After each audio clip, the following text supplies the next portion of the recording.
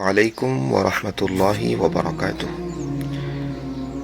درس رمضان 10 منٹ میں حاضر خدمت ہے، آخر تک ضرور سماعت فرمائیے۔ آج کا ہمارا 9واں درس ہے، اس میں ہم احکام زکوٰۃ پر تبصرہ کریں گے۔ تو آئیے آیت ملاحظہ فرمائیے۔ والذین هم للزکاة فاعلون، یہ سورہ مومنون کی 4تھی آیت ہے۔ ترجمہ اس کا یوں ہے، اور جو زکوٰۃ دیا کرتے ہیں۔ یہ آیت سورہ مومنین کی ابتدائی آیات میں سے ہے، جس میں اللہ تبارک و تعالیٰ نے کامیاب لوگوں کی نشانی اور ان کے کامیابی کا وعدہ ذکر کیا ہے، جن میں 7 صفات موجود ہیں۔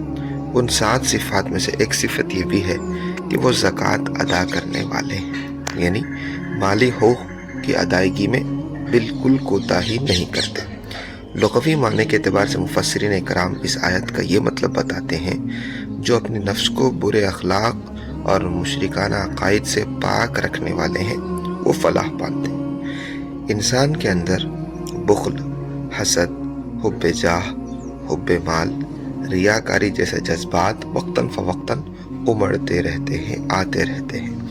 ان تمام رذائل سے پاک ہونا اور نفس کو دبانا، نفس کی اصلاح کرنا، یہ بھی للزکاة فاعلون کا مصداق ہے۔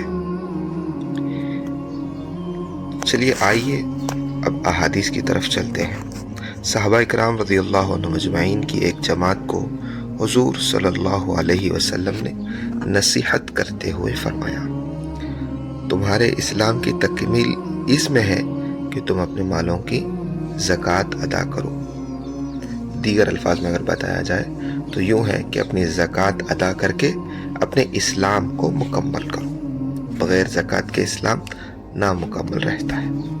دوسری حدیث میں حضرت عائشہ صدیقہ رضی اللہ عنہا فرماتی ہیں کہ میں نے رسول اللہ صلی اللہ علیہ وسلم سے سنا، آپ فرماتے تھے کہ مال زکوٰۃ جب تک دوسرے مال میں مخلوط ہو، یعنی ملا ہوا ہو، تو ضرور اس کو تباہ کر دے گا۔ اس کا مطلب یہ بیان کیا گیا ہے کہ اگر آدمی پر زکوٰۃ واجب ہو اور وہ اس کو ادا نہ کرے تو زکوٰۃ ادا نہ کرنے کی بے برکتی کی وجہ سے اس کا مابقیہ مال بھی ضائع ہو جائے گا۔ اللہ حفاظ فرمائے۔ تیسری حدیث، ایک شخص اللہ کے رسول صلی اللہ علیہ وسلم سے عرض کیا، مجھ کو کوئی ایسا عمل بتا دیجئے جو مجھے جنت میں داخل کر دے۔ آپ صلی اللہ علیہ وسلم نے فرمایا، اللہ کی عبادت کرو، اس کے ساتھ کسی کو شریک نہ ٹھہراؤ، نماز قائم کرو، زکوٰۃ ادا کرو اور صلہ رحمی کرو۔ یہ بخاری مسلم میں درج ہے۔ چلیے اب چلتے ہیں مسنون دعا کی طرف۔ حضرت انس رضی اللہ عنہ سے مروی ہے کہ آپ صلی اللہ علیہ وسلم نے فرمایا، جو شخص دن میں 10 مرتبہ اعوذ باللہ من الشیطان الرجیم پڑھتا ہے 10 مرتبہ، تو اللہ تعالیٰ ایک فرشتہ متعین کر دیتے ہیں جو اس کو شیطان سے محفوظ رکھتا ہے۔ یہ ترمذی حدیث میں لکھی ہوئی۔ اسی طرح بعض دعائیں ہیں جو میرے ذہن میں تھی، میں نے سوچا کہ آپ کے سامنے بھی رکھ دوں۔ کچھ دعائیں ہیں جن کو اپنی نماز کے بعد جو دعائیں مانگتے ہیں اس میں ضرور ایڈ کر لیا کریں، بہت اچھی۔ پہلی دعا،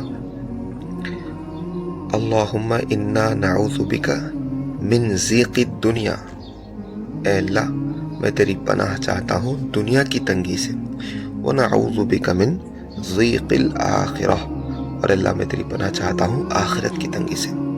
کتنی بہترین دعا ہے، حالانکہ ہے 2 ہی ٹکڑے، لیکن دنیا اور آخرت دونوں کی تنگی سے، دونوں کی جو ہے تنگ دستی سے اللہ تبارک و تعالیٰ سے حفاظت مانگی گئی۔ اس میں تمام چیزیں آ جاتی ہیں، ٹھیک ہے، مالی، جانی، تمام تنگیاں اس میں داخل ہیں، اور آخرت کی تنگی یعنی نیکیوں کی تنگی، حساب کتاب کی تنگی، ان تمام سے محفوظ رہتے ہیں۔ اسی طرح ایک اور ایک دعا ہے، بہت جامع اور بہترین دعا ہے، اللہم انا نعوذ بک من زوال نعمتک وتحول عافیتک وفجاء نقمتک وجمیع سخطک۔ بہت جامع دعا ہے، اس میں اللہ تعالیٰ سے یہ دعا کیا جا رہا ہے کہ اللہ جو نعمتیں تو نے مجھے دی ہیں ان کے زائل ہو جانے سے اور عافیت کے دور ہو جانے سے، سختیوں کے آ جانے سے اور تنگ دستیوں کے حوالے ہو جانے سے اللہ میری حفاظت پہنچا میں دعا.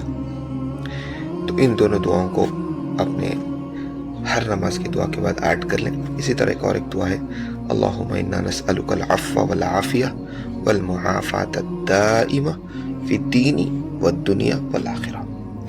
اللہ تعالیٰ سے دنیا و آخرت کے خیر کو اس دعا کے ذریعے مانگا گیا ہے، لہذا اس دعا کو بھی اپنے دعاؤں میں ایڈ کر لیجیے. پہلی 2 دعائیں تھیں اس میں اللہ سے پناہ مانگی گئی. آخری تیسری دعا ہے اس میں اللہ سے سوال کیا گیا، عافیت کا سوال کیا گیا. چلیے اب چلتے ہیں احکام و مسائل کی طرف. جس شخص کے پاس 52.5 تولہ چاندی یا 7.5 تولہ سونا یا 52.5 تولے چاندی کی قیمت کے برابر رقم ہو اور وہ 1 سال اس رقم پر گزر جائے تو اس پر زکوٰۃ دینا واجب ہے. اگر اس سے کم ہو تو زکوٰۃ اس پر واجب نہیں. دوسری بات، اگر کسی کے پاس 52.5 تولہ چاندی کی قیمت ہو اور وہ قرض دار ہو تو پھر اس پر بھی زکوٰۃ واجب نہیں ہوتی. ٹھیک ہے، قرض نہ ہو یعنی زکوٰۃ کا جو مال ہے جس پر زکوٰۃ فرض ہوئی ہے اس مال کے برابر اگر قرض ہے تو پھر زکوٰۃ نہیں ہے. یہ جتنے لونز لینے والے ہیں، جتنے اپنے مالوں کو رکھانے والے ہیں، یہ تمام اسی زمرے میں داخل ہوتے ہیں، قرض دار کی کیٹیگریز میں آتے ہیں. لہذا اگر ان کا قرض اور ان کی مال زکوٰۃ برابر ہے تو پھر جو ہے زکوٰۃ واجب نہیں ہوتی. ہاں قرض بھی ہے لیکن مال بہت سا پڑا ہوا ہے.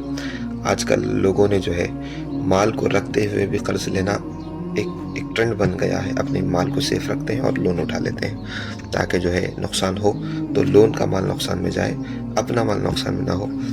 ایسے لوگ ان پر زکوٰۃ واجب ہے. کیوں؟ کیونکہ ان کے پاس مال ہے اور مال بہت زیادہ ہے لیکن قرض دار بھی ہے، تو ایسے لوگوں پر زکوٰۃ واجب ہے.